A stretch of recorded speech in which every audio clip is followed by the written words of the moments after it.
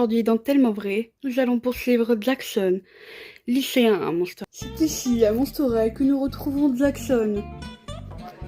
Il est ici l'élève le plus studieux, le plus intelligent. Il est l'élève avec les meilleurs résultats scolaires de tout le lycée. Et il est surnommé l'intello du lycée.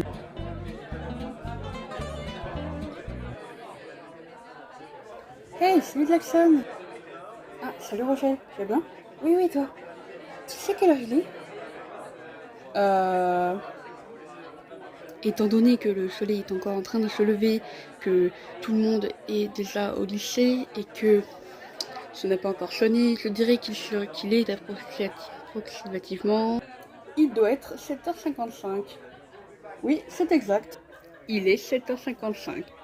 Et pourquoi t'as pas directement regardé sur ton téléphone? Bonne question. Bon, c'est pas que Jackson, mais je dois y aller.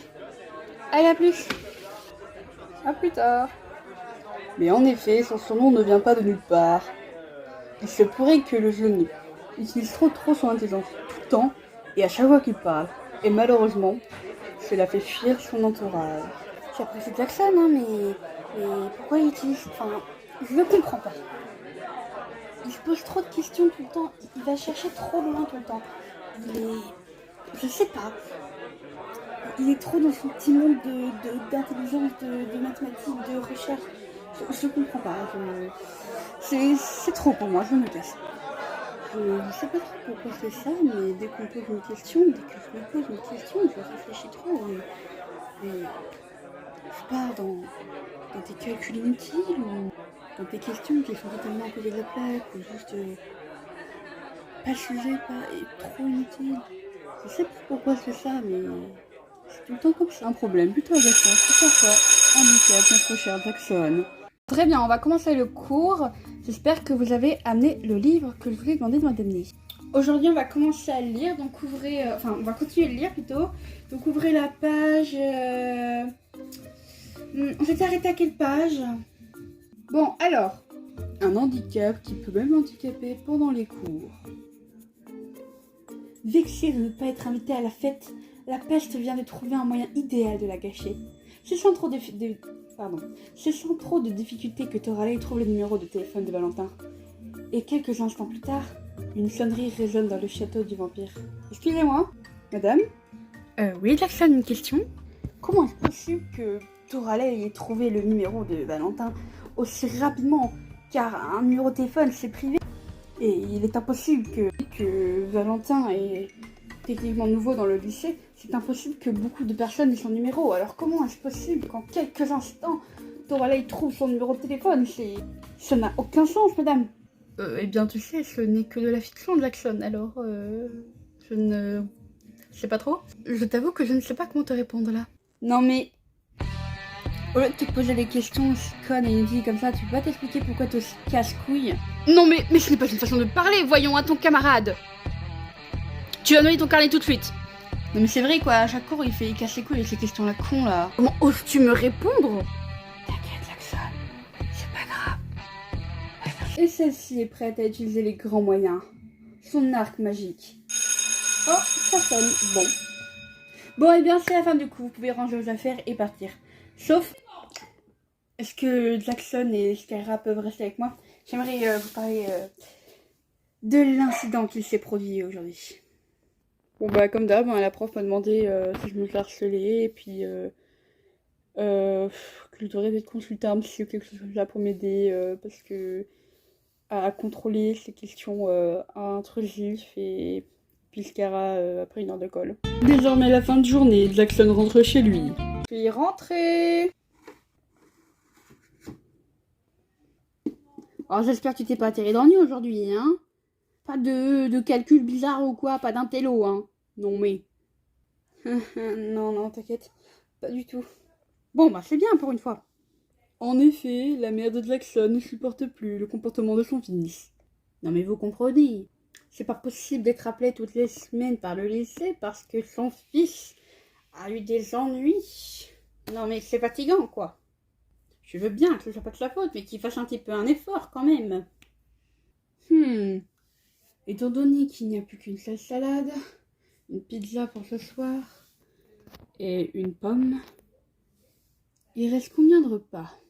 Si on prend la pomme comme un individu X et comme la pizza comme un individu carré, eh bien je dirais qu'il nous reste 2 à 3 repas avant qu'on n'ait plus de nourriture. Maman, j'ai calculé, il nous reste plus que 2 repas avant plus de bouffe. Mais Jackson, qu'est-ce que je t'ai dit avec les calculs encore?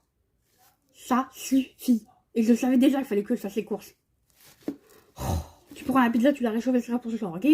Merci. Super l'ambiance, hein. Jackson va-t-il réussir à se défaire de cette mauvaise popularité? Et va-t-il réussir à régler son problème? Telle est la question. Et demain, tu vas pas en cours, le lycée est prévu, tu as un rendez-vous important. Je t'y emmène. En attendant, Jackson est parti faire ses devoirs.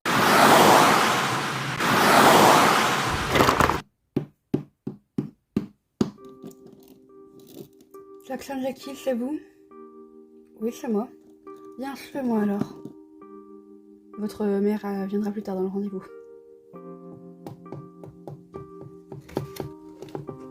Tu peux t'asseoir.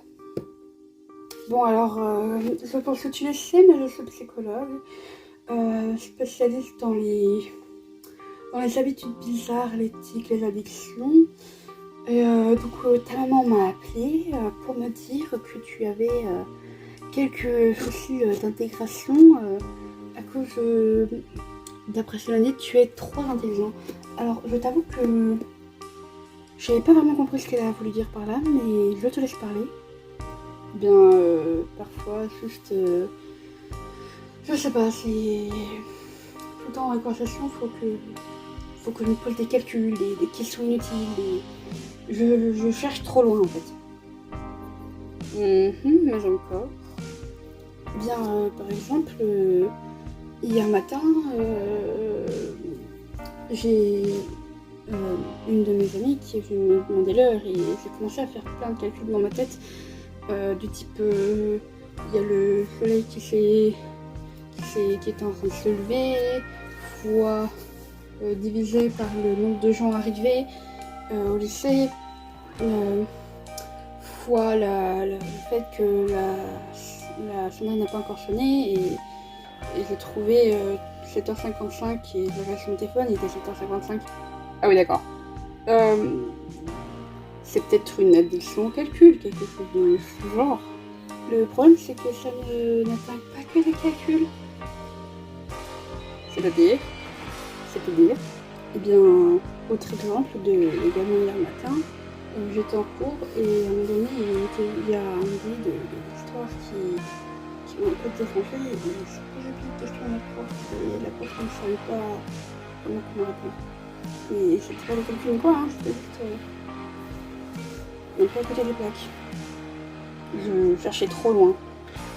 D'accord. Bon, et bien je vais noter tout ce que vous avez dit. Donnez-moi d'autres exemples, peut-être que pouvoir trouver une potentielle solution. Bon, alors, continuez les anecdotes. Je reviens, je vais discuter avec votre mère. Je suis désolée, madame. C'est au-delà de mes capacités. Je ne vois aucune... Non, je ne vois pas comment faire votre fils, mais peut-être que vous pouvez tester un autre psychologue. Vous m'aviez pourtant dit que vous étiez le meilleur psychologue. Vous savez, madame, parfois même les meilleurs font du mal. Bon, eh bien, après des résultats peu convaincants des psychologues, pauvre Jackson, personne ne peut l'aider. C'est que se termine notre épisode. À bientôt. We are monsters, we are proud. We are monsters, sing it loud.